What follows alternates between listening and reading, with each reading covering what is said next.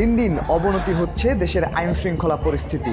একের পর এক ঘটে চলেছে চুরি ছিনতাই, বেরিয়ে আসছে চাপাতি, এমনকি গুলি করে সর্বস্ব লুটে নেওয়ারও ঘটনা ঘটেছে। দেশের এমন বেহাল আইন শৃঙ্খলা পরিস্থিতি দেখে সবার মনে একটাই প্রশ্ন, কি করছে প্রশাসন? গতরাতে এক নির্ঘুম রাত পার করেছে রাজধানীবাসী। দরজা জানালা সব বন্ধ, এক চাপা আতঙ্কে সবাই। এরই মাঝে স্বরাষ্ট্র উপদেষ্টার সংবাদ সম্মেলন। একে শুধু ডাকাতি বা ছিনতাই নাকি অন্য কিছু? কোথায় যাচ্ছে দেশ? কারণ এক রাতে রাজধানীর 3 জায়গায় 3টি ছিনতাইয়ের ঘটনা। দর্শক নড়ে চড়ে বসুন, সামনে আসতে চলেছে আরও একটি ভয়াবহ তথ্য।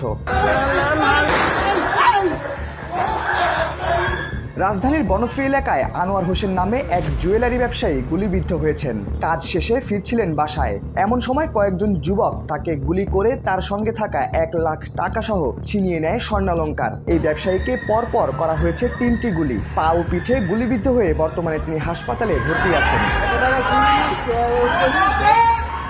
রাজধানীর মোহাম্মদপুরও বাদ যায়নি এই রাতে।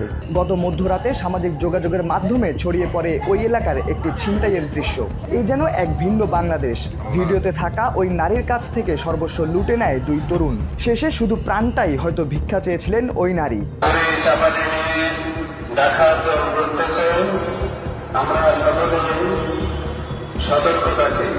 ভয়াবহ এই রাতের করাল থাবা থেকে বাদ যায়নি অভিজাত এলাকা ধানমন্ডি। হঠাৎ মসজিদের মাইকে শব্দ, এলাকায় ডাকাত পড়েছে।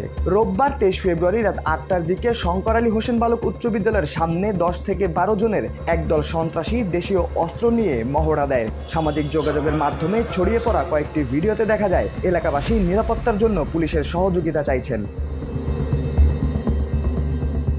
দেশের ঠিক এই যখন অবস্থা, তখন নিরাপত্তা প্রশ্নবিদ্ধ হচ্ছে বারবার। সামাজিক যোগাযোগের মাধ্যম সহ গণমাধ্যমগুলোর খবর, স্বরাষ্ট্র উপদেষ্টার পদত্যাগ চাই।